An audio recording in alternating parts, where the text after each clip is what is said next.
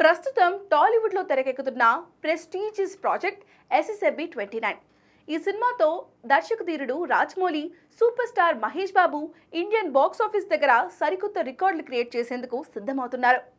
Hollywood స్థాయిలో దాదాపు 1000 కోట్ల భారీ బడ్జెట్తో నిర్మిస్తున్నట్లుగా టాక్ ఉంది.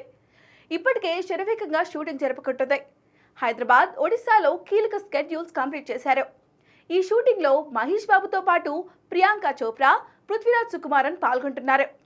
రాజమౌళి ఈ సినిమా గురించి ఎలాంటి అప్డేట్స్ ఇవ్వకపోయినా లీకేజీలు మాత్రం ఫ్యాన్స్ కు ఫుల్ కిక్ ఇస్తున్నాయి. ఆ మధ్య మహేష్ బాబు వీడియో ఒకటి లీక్ కాగా సోషల్ మీడియా షేక్ అయిపోయింది. అయితే తాజాగా ఈ సినిమాకు సంబంధించి ఓ న్యూస్ తెగ వైరల్ అవుతుంది.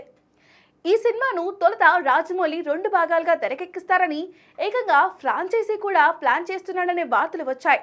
కానీ ఇప్పుడు రాజమౌళి ఈ సినిమాను కేవలం ఒకే భాగంగా తీయాలని ఫిక్స్ అయ్యాడట.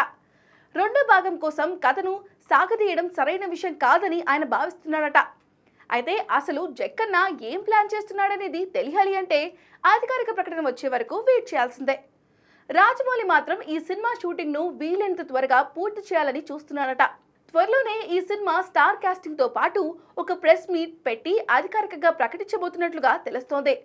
మరి జక్కన్న ఈసారి ఎలాంటి సెన్సేషన్ క్రియేట్ చేస్తాడో చూడాలి.